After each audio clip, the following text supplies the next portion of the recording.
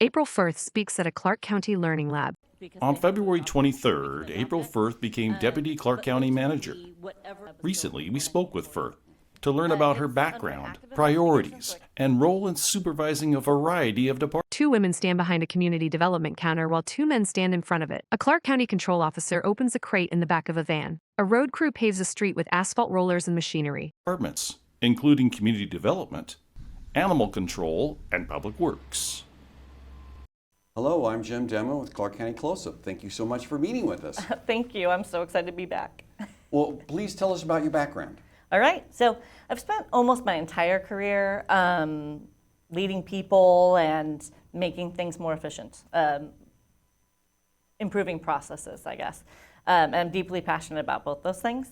Over the years, I've held leadership roles both in local government and in the private sector, always centered around customer service and efficiency.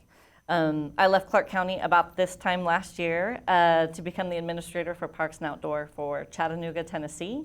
That was a wild ride, but I missed home. So when this opportunity came up, I jumped at it.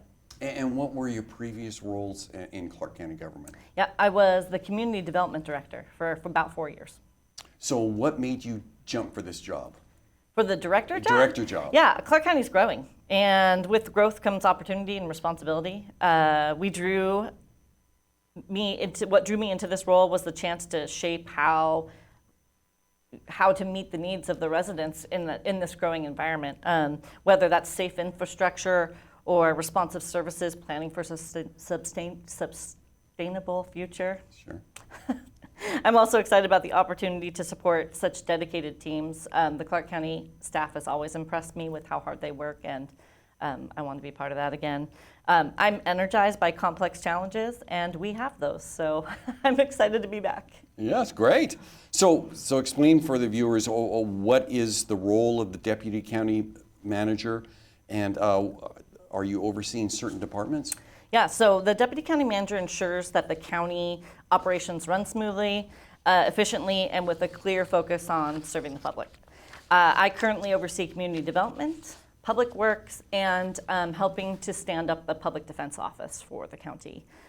These departments have a huge impact on people's daily lives. So my role is to support department directors and align efforts with countywide priorities, help remove barriers for teams so that things run more smoothly. Okay. So how have you been transitioning back into this role? So the transition's been really collaborative. I'm spending a lot of time listening, meeting staff, residents, community partners, and seeing where the needs are and what can be improved and what we're doing well too. You don't want to lose that. I've also been focused on continuity, so making sure that the projects that are already underway continue to move forward. And then the county is fortunate, again, to have talented, committed employees. And so that's made the transition really good too. Great. People I already know. As we previously discussed, you were Community Development Director. Can you give us an update on how busy the department is with new applications and how this will impact housing? Yes. So community development continues to be very active, especially with residential permits. So that's encouraging because it means more housing options are coming to the market. At the same time, we know affordability and supply chain can be challenging, and we have a challenging environment as far as that goes. So our focus is to keep the permitting process as reliable, predictable, and fast as possible so that builders can keep bringing houses to the market and we can keep maintaining safe and quality standards. Okay. Now, I believe community development has been very proactive by holding learning lab sessions on a variety of permitting processes. Can you tell us about these sessions and where people can find them? Yeah, so learning labs, they're one of the thing I'm most proud of, the initiatives I put into place before I left. They're open, accessible sessions that teach builders and designers and the public about our processes, especially some of our processes can be very complex to someone who doesn't understand. And so we make these videos, these tutorials to show people how to do that. But we also have other things like under community development's umbrellas, animal control, code enforcement, and the fire marshal's office. And we have learning labs about those too, how to keep you safe, how to keep your pets safe. And then Recently, other departments have started. So the assessor's office actually did one last year, and that was really popular. And then this year, Clean Water and Noxious Weeds will be doing one too. So, yeah. So you can find those at www.clark.wa.gov, and you go under Departments, Community Development, and then there's Learning Labs. Last year's are archives. This year's are live on there. And then I really want to thank CBTV because they record them for us, and we couldn't do it without you. Sure, and that's great. So you mentioned animal control. Summertime is, we're recording this in the middle of May, so summer is just around the corner. Can you talk about the dangers of leaving dogs in parked cars? Yeah, that's absolutely. And today's gonna be 80, so today's a prime example.